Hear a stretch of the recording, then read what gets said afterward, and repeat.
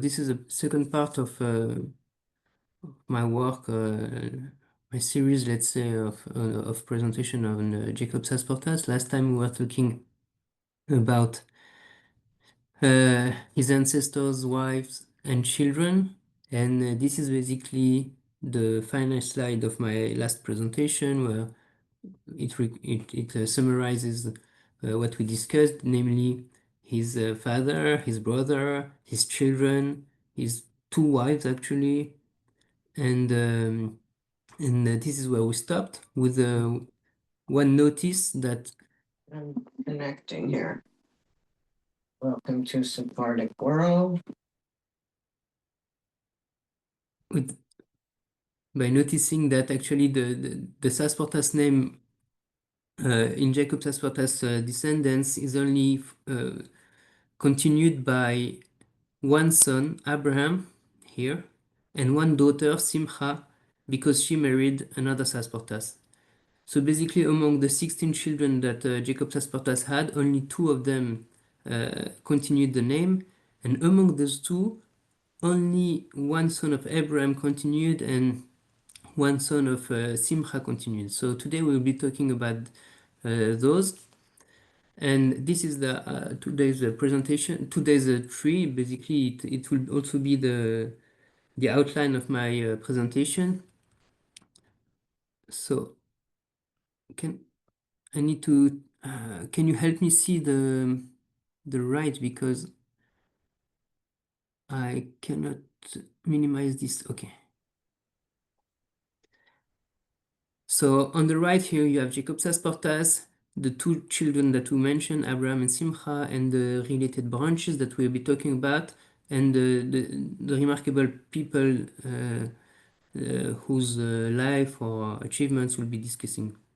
Of course, everyone is not here. This is only an extract of the full tree of Jacob Sasportas descendancy, but this mentions the different people that we'll be talking about in this presentation. So this is my outline. There will be first a discussion on the branch of Abraham, and then a discussion of the branch of Simcha, and then some bits of information on other descendants of Jacob Sasportas that don't bear the name Sasportas. So let's start with Abraham's branch, namely here, the first, the top branch of this chart. Also, I didn't mention, but I have a color code here. My color code is for the places lived by the people. So you see Jacob Sasportas was born in Africa, namely Noron. So Africa is yellow, Europe is blue, and Americas are in red. So you already here have a snapshot of where the people live and where they scattered, basically. So Abraham is notorious for having published the works of his father.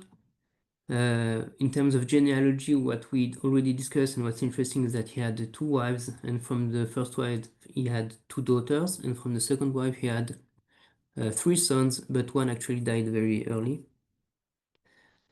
And we have a lot of material for this, a lot of material in Amsterdam archives, so civil archives or Jewish archives.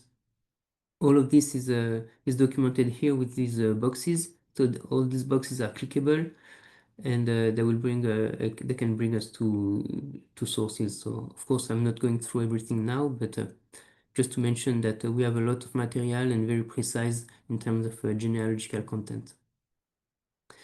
So again, what's interesting in terms of descendancy is that Abraham, so he had a daughter Rachel who moved to Curacao, who married Raphael Ijeshurun, a daughter Gracia who stayed in Amsterdam, a son Joseph that didn't have any offspring, and a son Jacob, whose offspring we'll be discussing later. Actually, just now. So Jacob the Abraham Sasportas was living in Amsterdam. We have mentioned of him in his wedding documents. So both the wedding announcement, the ketubah, and the prenuptial agreements, as well as other notarial documents like his wills. And basically, we are able to reconstruct his family. He had many sons and daughters, among them Samuel, David, Joseph, and Isaac.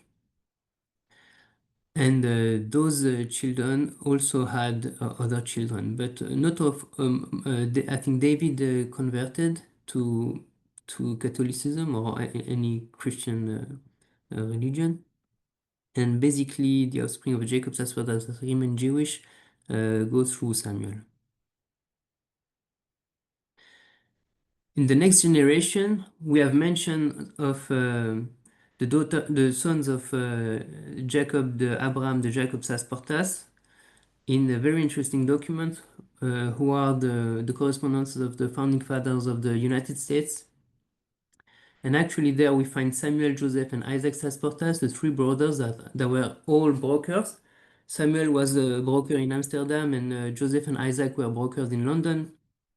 And they discuss financial matters with the representatives of the US government, namely John Adams, who was an ambassador in, I think, England and the Netherlands at that time, and who later became president of the United States. And Alexander Hamilton, who was the secretary to the Treasury, so finance minister basically.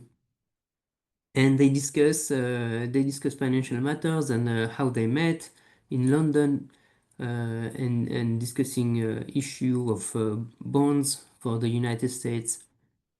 So it means that they had, I mean, at their broker house had some stature, large enough stature to be able to talk directly to representatives of the US government in terms of finance.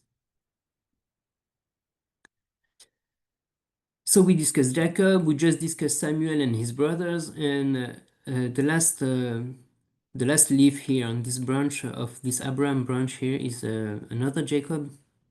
So you see we have Jacob at several places. So Jacob, basically every other generation we have a Jacob Sasportas. And here we're talking about the latest one here, Jacob actually Sasportas. And he's interesting as well because of his Jewish and political role. He was living, so he was born in 1765 and lived in the first half of the 19th century, where he was involved also in the renewal, I mean, in the political changes in Holland, both on the Jewish life. So he was the co-founder in 1795 of the Jewish Enlightened Society, Felix Libertated, and he was actually a supporter of Napoleon's ideas of renewal for the Jewish people, as opposed to the Parnassim of the local community who were refusing to send delegates to the Sanhedrin called by Napoleon. In terms of business and political roles, he was a colleague and business associate to the finance minister at the time, Gogol. And he also had a mayor role. So he was a mayor of a community in, I don't know how we call it, I mean, how we speak, Muiden, around 1812. And that's the time when there were political changes in the Netherlands, when it went from the Batav Republic to the kingdom of Louis Napoleon Bonaparte, and later on to the Emperor Napoleon First. Jacob never had children as far as we know. He lived quite a long life, but he married very late to, I think, his maid, so housemaid, Natie Soup, 1 year before he died, so they didn't have children as far as we know. But maybe they had, but I'm not aware of them. Jacob had a cousin, Abraham Jacob de David, who had a similar role. He was an art dealer and draftsman, but he was co-associated with him in their father's brokerage company or bank. But what's interesting is that Abraham was the brother-in-law of Dusturs, who was an auditor to King Louis Napoleon Bonaparte and later a secretary of the emperor. And he also played a role in the revolution in Holland because he informed of the intention of Napoleonian General Molitor of taking Amsterdam. So he was informed by his brother-in-law, and he further informed the president of the Netherlands at that time. So that's for the life of Jacob and his cousin. And basically with this, we close the Abraham's branch. And we can discuss the Simcha's branch. So the daughter of Rabbi Jacob Sasportas, who married Aaron Sasportas, probably one of his cousins, but what's interesting is that he's a Sasportas, so basically she continues the name, and that's why she figures she's here in this presentation. So as just said, Simcha married Aaron Sasportas. They had many children. They moved to Bordeaux, from Amsterdam to Bordeaux. And in Bordeaux, they lived with their children. So Mose was active there in Bordeaux, but we don't know any descendant of him. Jacob died while was still in Amsterdam. Judith married, I think, Abraham Lopez Cordova. They had an offspring, but I'm not mentioning them today. Who I will be discussing today are the three of their sons, Isaac, Abraham, and Samuel. For one reason is that they had a role in bringing the Sasportas family to the Americas.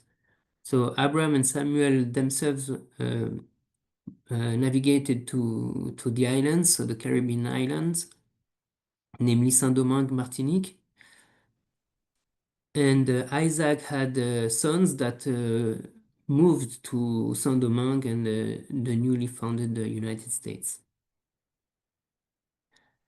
So let's start with Samuel. So Samuel here. We don't know of any children to him, but we know that he moved to Saint-Domingue and also to London because we have these boarding documents where it's mentioned that he basically where he lived, where he was born. Samuel Sasportas, âgé de 21 ans, so his age, and he was traveling to Saint-Domingue. Later in 1735, I think he was navigating to Saint-Domingue as well, and even later to London. His brother Abraham had the same trajectory. He also navigated quite early, so already around 1730s to Saint-Domingue and Martinique. And we don't know as well if he had a family either there or in Bordeaux. But we have a clue, is that actually we know of one lady in Curaçao, Hannah Rodriguez Pimental, who married one Abraham Sasportas in 1735 in Curaçao. I hope to be able to show at some point that this Abraham Sasportas is the one we're discussing, so the son of Isaac Sasportas from Bordeaux. I didn't succeed yet, but I mean there are several correspondences in terms of places and dates, so I hope this could be proved sometime. What's interesting is that Sasportas died there in Curaçao probably quite early, I think around 1740, and then Hannah remarried, and she remarried to someone very famous, She married to Jacob Rodriguez Rivera of Newport, who was at that time in Curacao. He's probably, as far as I understood, he's the wealthiest person in the United States at that time. So it's a very important family, the family of Jacob Rodriguez Rivera. So there were basically two of them in the family, Jacob Rodriguez Rivera and Aaron Lopez. And both of them are related to Juana Rodriguez Pimentel, so indirectly to Abraham Sasportas. So that's quite interesting. I found a nice, funny note about her and her relationship to her first husband, Abraham Sasportas, where it said that while living with her new husband in Newport, Rhode Island, she met with Haham Karigal, who was an emissary from Palestine. And she asked one question to this great rabbi. She dared to ask whether in the resurrection she would meet her first husband, Sasportas, or her second husband, Rivera. So it's a funny note, just to mention that we have traces of her marrying first Abraham Sasportas. And basically we have the tree of her second marriage. So as I said, she married Jacob Rodriguez Rivera, but she's also related by their daughter, by their daughter, yes, Sarah, to Aaron Lopez. Both of them, so I didn't have time to discuss them, but Jacob Rodriguez Rivera and Aaron Lopez are very famous people and important wealthy contributors to the Sephardic Jewry in early United States and pre-United States America, I must say. Then we're going to the third brother, Isaac. Isaac uh, was in Bordeaux. He lived all his life in Bordeaux. We have his ketubah, which is very beautiful, a beautiful ketubah from Bordeaux. There's something very interesting about this ketubah is that it has an appendix here, like most of the Sephardic ketubahs, Western Sephardic ketubahs of that time. So there's actually a notarial mention here. It actually mentions that the bride and the groom signed the prenuptial agreement, and we have the name of the notary here in Hebrew. It's mentioned there. It's mentioned that they did the prenuptial agreement, and this prenuptial agreement is in the hands of their notary, parents. So you see here in Hebrew it's written parents. And I was able to dig in the Bordeaux notary documents and find that actually parents notary and ask for the prenuptial agreement and actually the will also later in his life. They were both made by the same notary. And well, I think this is really interesting how the Jewish document brought me to the civil documents. There's not much in terms of genealogical content that I didn't know before, but I think it's really interesting to see I mean, how we are able to find new sources by really digging into fine details of Jewish documents. So we stand here. Isaac de Simcha de Jacob Sasportas. He lived his life in Bordeaux. You see, he's full blue here, so which means he was in Europe. But two of his sons, Aaron and Abraham Sasportas, they moved at some point to the Americas. Let's start with Abraham. Abraham was born in Bordeaux. He died also in Bordeaux, but he made much of his life in Americas and quite early in the United States. Indeed, he's mentioned in the first American Jewish families of Malcolm Stern. So basically, he is among the 600 head of families that that that were living in United States um, around the independence time. Actually, we find him later in the first census of the United States in 1790. So this is an extract of the census where it's mentioned that there were uh, two white male, two white female, four children, and four slaves. This brings up some questions because we know that at that time, of course, among the male and the women, there was Abraham and Rachel, I mean his wife themselves. Among the children, there were two sons that we know of and two daughters that we know of. So it means that there were two additional people in this household that we don't know who they were. One adult male, white male, and one adult white female.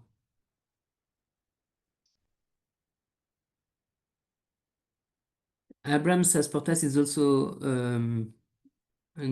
notorious for other things that I'll be discussing later, but he wrote a letter to James Madison.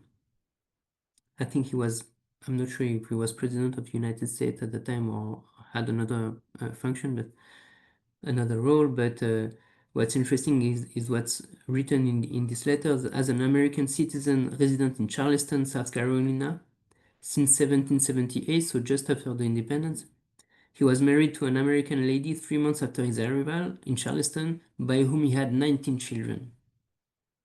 And of course, you see here, okay, the work by Stern is not exhaustive, so we know of other children of Abraham Sasportas and his wife, actually both his wife, because he had two. Um, but the math don't add up, so we don't get to 19 children. So it's interesting to see that he mentioned he had 19 children. Probably it's not with one wife, and there may be also children from uh, from his slaves, basically that bore his name. Abraham Sasportas was I mean, during the events against the British army in the early United States, he moved to Philadelphia, and there he was a founding member of the Jewish community, Mikveh Israel. He also got initiated to Freemasonry, and he actually became a Cincinnatus. So I think this is one specific society for important people in the United States. I don't know exactly what, but as a work, he was working as a French agent for prize education, which means he was selling all the prizes of the privateers. So the French privateers, they would take some prizes in at sea, and this would be sold either in Philadelphia or Charleston. And he was very active. He was uh, he was in close correspondence to the French embassy in Philadelphia and to the French consulate in Charleston. And we have even here a bill of exchange where it's, oops, not sure you can see well. What did I do? It's mentioned that basically, as far as I understand how it works, but he brought money from Philadelphia to Charleston. So from the ambassador Genet to the consul in Charleston, Mongouri, here. So yeah, he was acting as an agent for selling the prizes of the privateers in the United States. We now get to his brother, Aaron the Isaac Sasportas, who also was born in Bordeaux, but moved definitively to Saint-Domingue. In Saint-Domingue, we know that he had three sons there. They were all circumcised in Saint-Domingue, Joseph, Raphael, and Benjamin. but he married his wife after they were born, so in 1782. And actually, this is how we know that he had sons before marrying. We know of other children that were born later, most probably all in Saint-Domingue. And he was famous in Saint-Domingue. I mean, famous. I mean, he was one of the you know settlers, French settlers in Saint-Domingue. We know of him through some documents of the colonies, and we know what happened at the end to his wife when there were events that Saint-Domingue became IT. What am I doing here? Saint-Domingue became independent. Actually, was the first independent island managed by slaves by Toussaint Louverture. But at the time of the riots and the fight with the local people, the colons were expelled, and his wife, I mean his widow, actually, she had to leave, and she lived to Saint Thomas. And I'm not seeing. I think I didn't put the correct. Yes, here. Madame Veuve Sasportas, Madame sa mère, avec 4 enfants. So his widow, her mother, and their children, they had to flee Saint-Domingue and sail to Saint Thomas, which is a Danish island in the West Indies. So we're here. Now there's a question mark. You see, I have here this dotted line here, because we know that Aaron had a son Benjamin. This is here, who was born in 1778, but we know of Benjamin Sasportas from other sources, and it's possible that they are the same people, but I'm not sure. So why are we doubting? Because actually the offspring of this Benjamin Sasportas is all free people of color. This Benjamin Sasportas was a sailor. He had a ship, he was sailing a ship, Desiree, who was captured by the British, I think, in 1799. And he was later naturalized in Charleston in 1803. He kept sailing, and we find many traces of him navigating around New Orleans in around 1810. And most importantly, we have these books by late later descendant Edwin Sasportas, who is telling the story of his family of people of color, tracing back to Benji Sasportas and his wife Adelaide. So this is very interesting. We have here an offspring to Rabbi Jacob Sasportas, who is really basically known for being a family of color. And there's a very specific and remarkable document that I found in a Charleston archives. That's a letter, a very mysterious letter, sent in French, sent by Benjamin Sasportas to his friend Adelaide. He's talking about his sailing activity, but he's also talking about his family and his children that he didn't see for a long time, his brothers that he doesn't have much information for a long time. So it's a very interesting and impressive letter. I would bet that there is some secret content in it, because the name they're really strange. You know, he has a friend, a brother who's called Bijou, which means jewel, and we don't see this nowhere. He has another brother who's called Selicourt, a son that's called Selicourt, and this is also a name that we don't know. So for me, there is some coding inside this letter. Of course, I'm not able to prove it, but the fact that there was always privateering activities and smuggling and and fights between the British boats and the French boats and the American boats. All of this makes me think that there is a secret content in this letter, but never mind.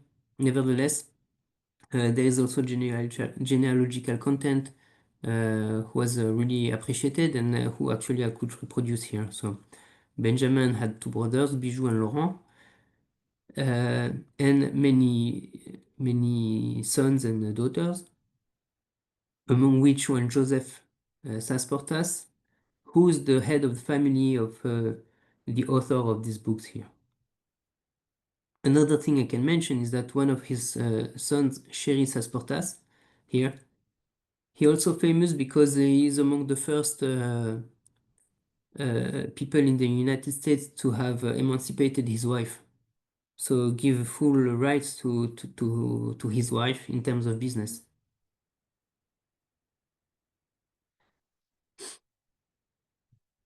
And eventually we get to the most famous Sasportas of the Americas. This is Isaac Sasportas. He was living at the very end of the 18th century, and he's known to have been a revolutionary spy for France. So he originated here in Cap Français in Saint-Domingue, the French part of Hispaniola, this big island here. And he had smuggling activity in basically in all the Caribbean. But more specifically, he was sent to steer a revolt and riots and an uprising of the slaves in Jamaica and in Curacao. He was caught and he was hanged, but we know from direct sources of the trial that are in London that he was an anti-British French agent.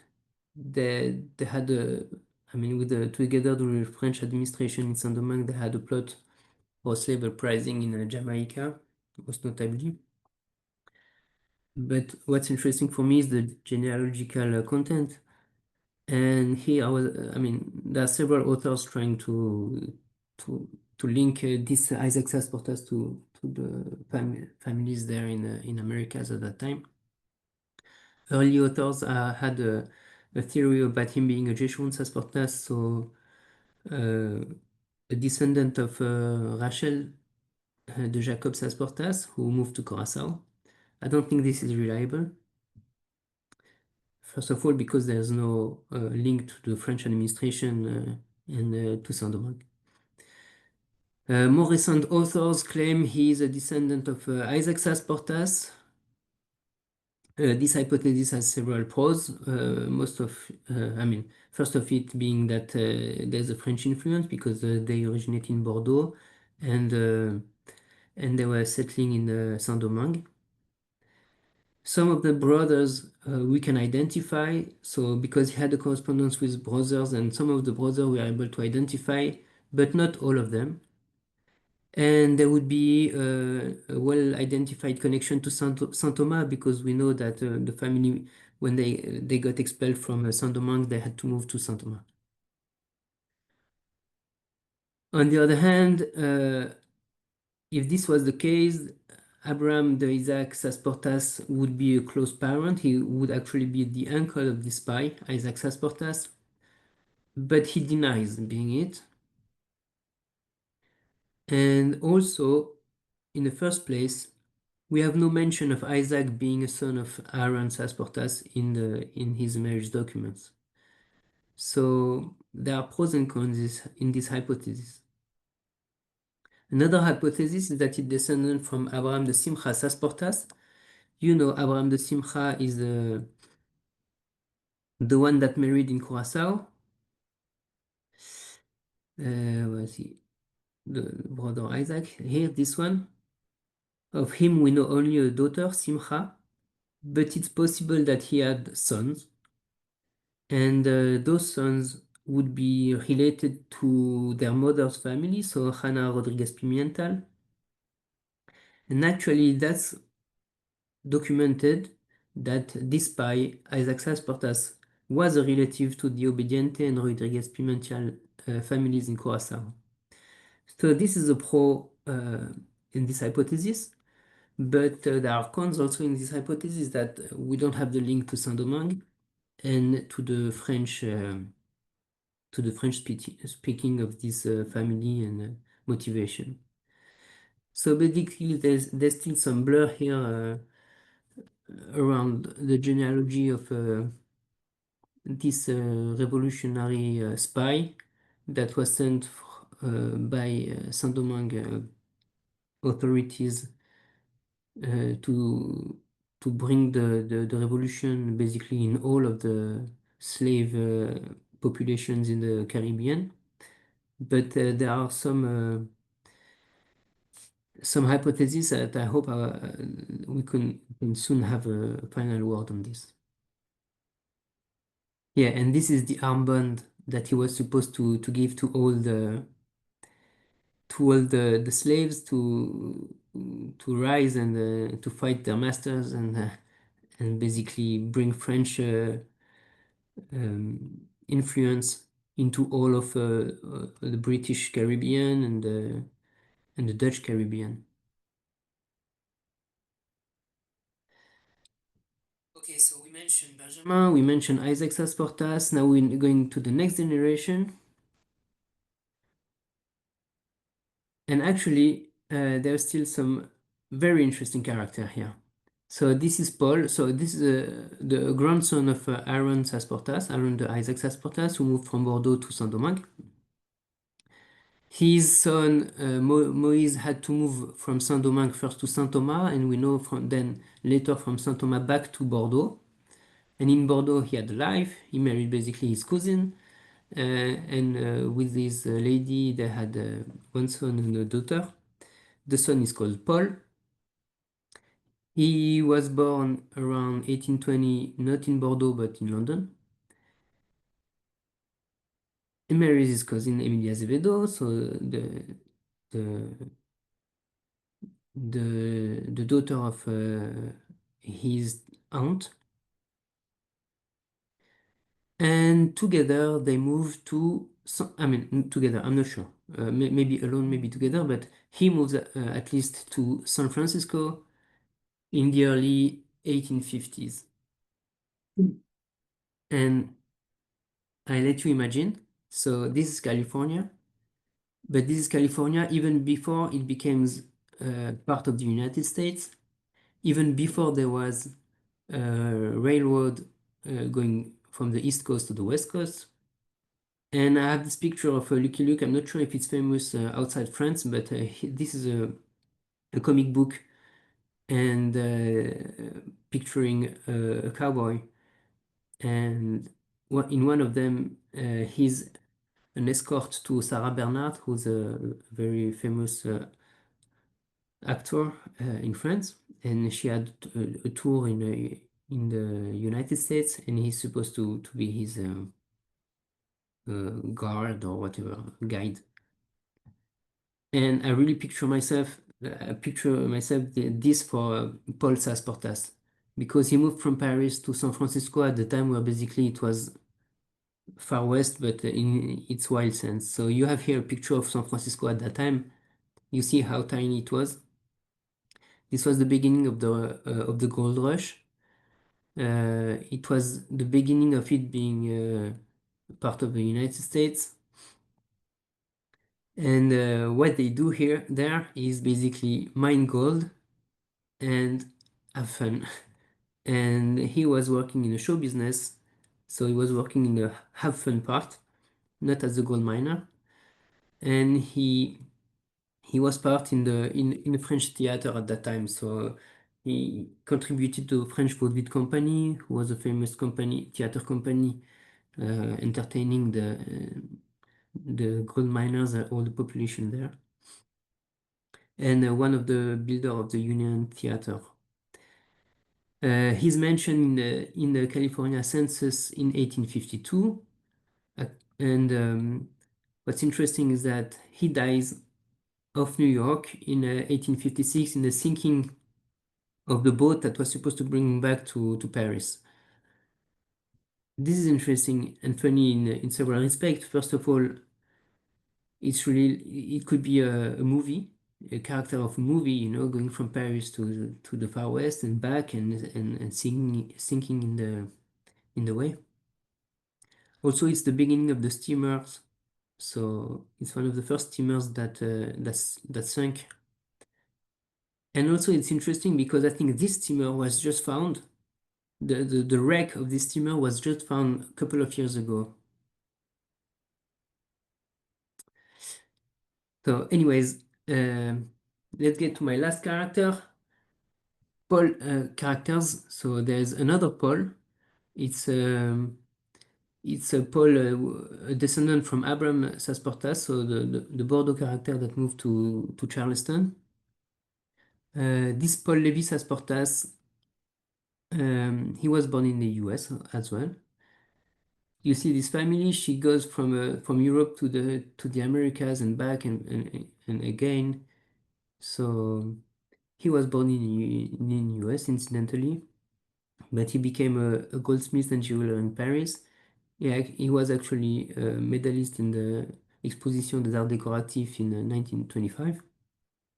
And his workshop acted for Cartier and Van Cleef& Arpels, so it's very famous jewelry companies in France. He had a tragic life, so he died before the war, but his wife got deported to Auschwitz. But the company went through Aryanization during the war, and his daughter was able to reopen the workshop after the war. There's a really interesting blog by Jean-Jacques Richard dedicated to the Sasportas and Company, so the company initiated by Paul Sasportas, Paul Levi Sasportas, and that survived his death and survived the war through the work of his daughter Danielle. And lastly, we have another Levi Sasportas, Charles Levi Sasportas, who was a painter uh, at the Belle Époque. So I'm not taking too much time on this, but because I think we are quite late already. I will just mention in one sentence other descendants of Rabbi Jacob Sasportas, but who don't bear the Sasportas name. So first of them is Eugène Pereire. Eugène Pereire is the son of Isaac Pereire. Isaac Pereire is one of the two famous Pereire brothers who had many important activities, banking activities and development activities and industrial activities at the end of the 19th century. And you have here his relationship to Jacob Sasportas. So he goes through the Bordeaux branch, of course. I didn't mention that Eugène Pereire was in Paris. His progeny, the progeny of Jacob Sasportas that goes through Bordeaux and back to Paris through Laurence Rachel Sasportas, who married Isaac Pereire. Another one is Ernesto Cortizos y Alvarez Correa. He's a famous industrial who gave his name to the first airport in the whole of the American continent, or South American continent. He was an industrial businessman active in the airplane industry, and he's in several respects related to Jacob Sasportas through several branches actually, because all of them in Curaçao, they were quite intertwined. Funny enough, Baron Edmond de Rothschild is a descendant of Rabbi Jacob Sasportas, also through the Bordeaux branch. And then we have several head of states, basically presidents or governors. So here we have Maurice Fidonque de Castro, who was the first native governor of the Virgin Islands, so US control Virgin Islands.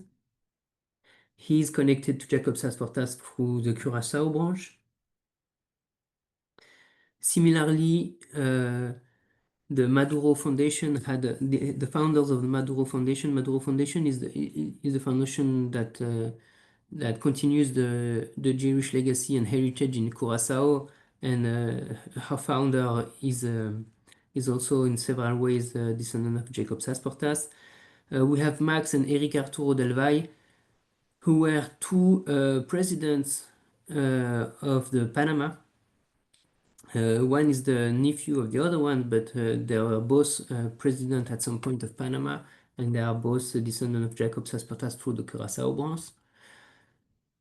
We have also a president of Honduras, who's a descendant of Rabbi Jacob Sasportas. This is Ricardo Maduro. And I think that's it. I'm maybe quite late. I'm sorry for this. This was not very well prepared, but thank you for attention and available for questions if any. Thank you very much. That was excellent. I think that's not I think that was the most complete discussion of the Sasportas family I've ever seen. Can I ask some sort of archival questions, because early on you had a category of boat when people were leaving Bordeaux, Yeah. and I'm not aware of that resource. This is in Admiralty archives of the. It's not Bordeaux. It's a region of Bordeaux. It's called the Gironde. Yeah. It's Admiralty of Gironde. Actually, I have the link here. So for one of them, let's try if it still works. Can you see my screen actually? Yes. Can you share that in the chat? Yeah, sure. Oh, I'm saying yes, but I don't know how to use the chat. Let me see if I can do The it. chat's at the bottom of the screen. It's got Maybe we can try later, but I can send you in any way. I can send you. That's Okay, so green. it doesn't show up, oh, but basically this you see here, it's Archives départementales de la Gironde, yeah. and you have all of them you see here.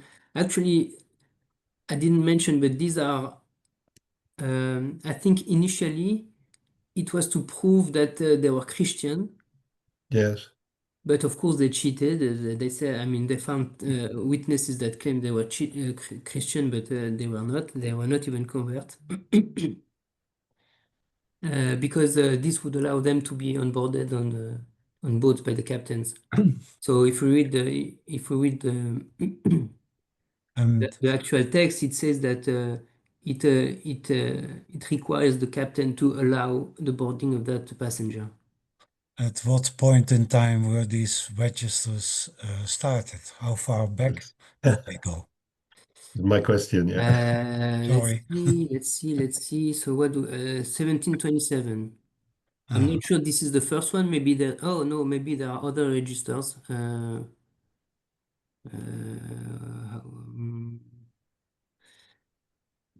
we'll find out. I will send Yes. you. I will send you. We'll find out. Yeah. Did they just register departures or arrivals as well? I found only departures, but there must be arrivals. I know there are also passports. We have passports in the same archive source. Hmm. Yes. So and we have I actually have passports from Sasportas people going to Charleston or to Saint-Domingue. Yes. And But does this is a bit later. Hmm? This is a bit later. The passports are a bit later. Does this This is quite early. This is 1730s, even 1720s. It's quite early. The passports are maybe 50 years later. and do they concern Bordeaux or also other cities? Bayonne or Yes, I think it's all the boats leaving from this department. So I would say, yeah, all Mhm. of them, but probably Bayonne, they would not have boats going through the Atlantic, but I don't Yeah. know. Are there other sources that are just not yet indexed or too complex to go through that you're aware of? Yes, I'm also in touch with Ton on this. There is the Curacao Jewish Community Archives. Oh yes, yeah. I mean, in specifically, I'm thinking about Bordeaux and the Gironde. Uh, well, it's there, but it's hard to access because, as I said, so there is the notarial archives, Yes. but it's not online as far as I know. So I had to find the reference and then ask a paper copy. But Okay. this is quite easy actually. I did it remotely. English But English newspapers at that period sort of talk sometimes about, wealthy merchants and comings and goings of ships. Are there equivalent surviving French newspapers? possibly, I don't know. The central website to this is Gallica, is at the Yeah, National Library, and yeah. there you have basically all the digitized French documents, being books or newspapers, and if there's something, is there. And do you know all these sort of governors and presidents you were mentioning at the end? Are they aware of their Sasportas I don't ancestry know. or just Actually, play with it? I wasn't until this week where I Okay. thought, okay, let's try to find funny and interesting stuff to say at the end. But I'm not sure. There are No, actually most of them are still Jewish, so this is already a significant point. I mean, it's not that they just have a remote connection to Sephardic ancestry. They're still claiming and being Sephardim and Jewish people. and so So, one last question from me. Are there any surviving archives of which you're aware in Saint-Domingue in Haiti, or was no, everything destroyed? no, no. There is birth and there are archives. It's not. Okay. I mean, it's really hard to search. And actually, it's interesting that you ask because I didn't mention it here, but I did a search and I actually have results. Let me. This is an article that I wrote a couple of years ago about this, and I did find those, all of them in Saint-Domingue, in Haiti actually, Yes. in early 19th century. So this is the farthest I could find. And those records are in Haiti or in France or where? They are in Haiti. Oh, well, that's good. Hmm. Thank you. And Ton, do you have any more? It dazzles me, all those Isaacs and Abrahams and Yeah, that's why I thought I uh, would show this and show it again and yeah. show it again and show Yes, it that's again. very nice and very clear Yeah. that you can see where they come from. Uh, I think you mentioned that part of the family converted to Christianity, and this was already in the 18th century. Yes. So I guess that these Sasportas were ahead of the rest in converting because there were not many Jews converting in the 17th and 18th century. That's more 19th century. So they were revolutionary in that as well. And maybe it's nice to tell about this Samuel that lived from 1750 to 1815, something like that. He had several illegitimate children, all baptized Catholic, with a woman called Adriana Gordijn. Then he married her, but not with a ketubah, only with a civil marriage ban. As far as I know, it's not Samuel, it's Yeah. David. But the interesting thing is that It's this David. although he stopped paying Finta, in 1815 he was buried at Bet Chaim, despite having been married to a Catholic woman.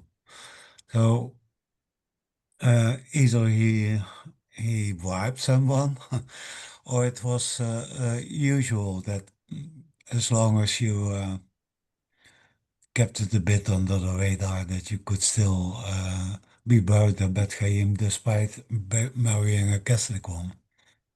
But I find that remarkable. Well, I'm not, I mean, I think, I don't think it's that rare. I will tell you in 1 second, but maybe what you highlight is the fact that we have the information, whereas for other people or other generations, we didn't have the information. But I don't think it's that rare that a master would have relationships and offspring with his housemaid or servants or whatever. Yeah, that's true. And in particular, I'm saying this because I think this occurred also to Haham Sasportas from Bordeaux and Charleston. Because of this, namely, he claims having 19 children, and we don't find them. Mhm. And we know from other sources that there were three people of color, Sasportas, very well educated black people in the early United States.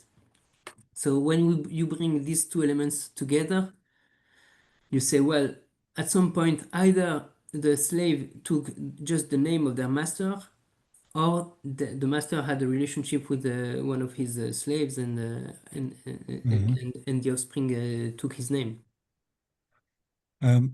What is your final goal? Do you want to know everything about every Sasportas in the world? No, not at all. Not Too at many. all. I'm not interested in the current generations. I'm Mhm. only interested in going upwards. And actually, I'm not actually directly interested in Jacob Sasportas and his family, but I got interested because I'm related to his ancestors, not his descendants. So Mhm. that was the purpose of my first talk, and this second talk is only for fun. Is basically everything I found on the way. Okay. I see that Bruce Kahan has his hand raised. Yeah, Remy, this is great. And especially as an American to see the early founding fathers, Madison, Adams, mentioned, it's beautiful. But my question is, and put it in the chat as well, what was the role of the prenuptials agreements? You found them, and were they actually enforced? Were they ceremonial? Were they the way that the bank that the families kept the wealth being built between and through the marriages? What was the role of these prenuptial agreements? And could you enforce them either at civil law or in the Bedin in some way? Yeah, they're really enforced, as far as I know, and not just in the 18th century, but for very early times. We can find this. You can find this also in the correspondence of early rabbis in Africa, so already in the 14th century and 15th century in Algeria. So Sephardic, I mean, Spain exiles going to Algeria and enforcing this there. Basically, in one word, because I'm not an expert at all, the Jewish marriage doesn't allow anything to the women in terms of inheritance. So if you want to secure this, you have to find other ways than just the marriage itself. So the ketubah doesn't allow anything to the as inheritance to the women.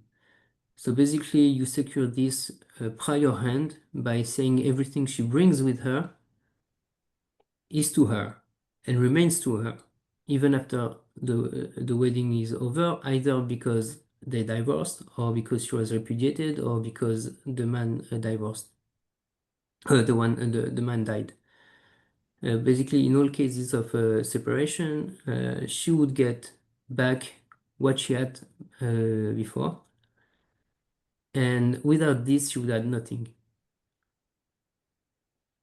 And Remy, were these ever tested in a court? In Yeah, some, sure. they were contested. I mean, I don't know currently. Well, for some time now, there's the civil law that acts. Probably at that time, the civil law was not that clear, and it was better to have notarial documents. But I'm sure you can find cases in court, Jewish courts even, where it states that, okay, I mean, I can provide some, I'm sure, That's as great. early as the 15th century. And Thank you.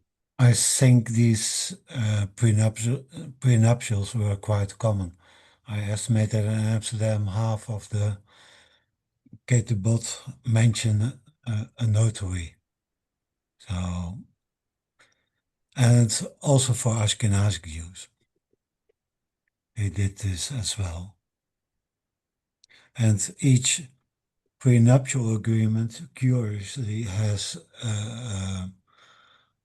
a provision that says that the prenuptial is more legally binding than the ketubah. If they contradict each other, then the prenuptial has precedence. That's it in short. Khan, it keeps the Jewish lawyers in business. Well, there were not many Jewish lawyers in the 18th century. They couldn't get into the guilds, and so they couldn't get to become a lawyer.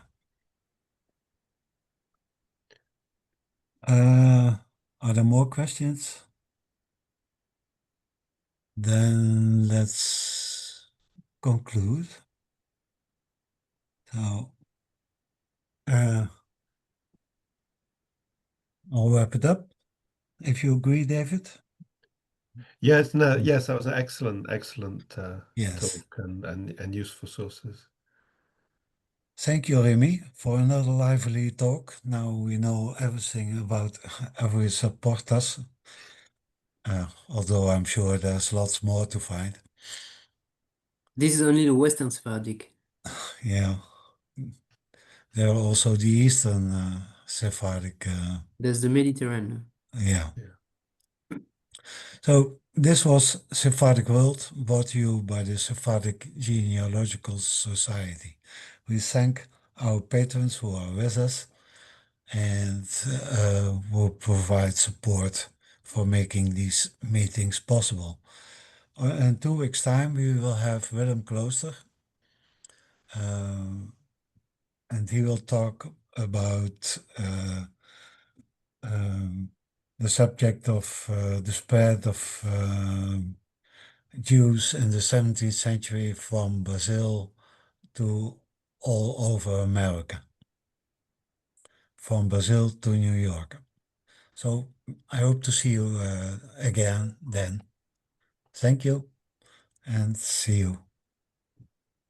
And thank you, Remy, again. Thank you too.